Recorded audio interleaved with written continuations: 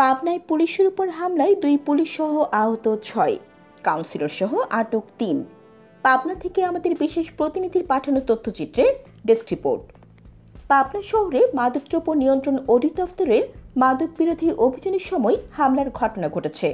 এতে পুলিশের 2 সদস্য সহ 6 জন আহত হয়েছেন।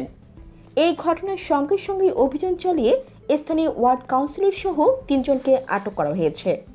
গতকাল বুধবার 3রা জুলাই বিকেল 5টার দিকে পাবনা শহরের রাধানগরের সিঙ্গা প্রাথমিক বিদ্যালয়ের পাশে এই ঘটনা ঘটে। আহত ও অন্যান্য আটককৃতদের নাম পরিচয় পাওয়া যায়নি। পাবনা সদর থানার ভারপ্রাপ্ত কর্মকর্তা রওশন আলী জানান, বিকেলে ওই এলাকায় পাবনা মাদকদ্রব্য নিয়ন্ত্রণ অধিদপ্তরের লোক অভিযানে যায়। এই সময় তাদের আটক করে রাখে পাবনা পৌরসভার 10 নং ওয়ার্ড কাউন্সিলর আসরুজ্জামান রাজীব সহ তার অনুসারীরা। খবর পেয়ে পাবনা সদর থানা পুলিশ তাদের উদ্ধারে গেলে পুলিশের ওপরও হামলা করা হয়। এতে মাদকদ্রব্য নিয়ন্ত্রণ অধিদপ্তরের 4 জন ও 2 জন থানা পুলিশ সদস্য আহত হন।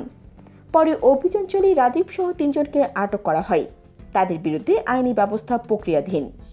মাদকদ্রব্য নিয়ন্ত্রণ অধিদপ্তর পাবনা কার্যালয়ের এসআই জাকির হোসেন জানান, গোপন সংবাদের ভিত্তিতে ওই এলাকায় মাদকদ্রব্য নিয়ন্ত্রণ অধিদপ্তর থেকে অভিযান চালানো হচ্ছিল।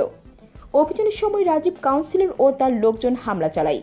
পরে পুলিশকে খবর দিলে ঘটনাস্থলে পুলিশ পৌঁছলে পুলিশের ওপরে হামলা চালানো হয়।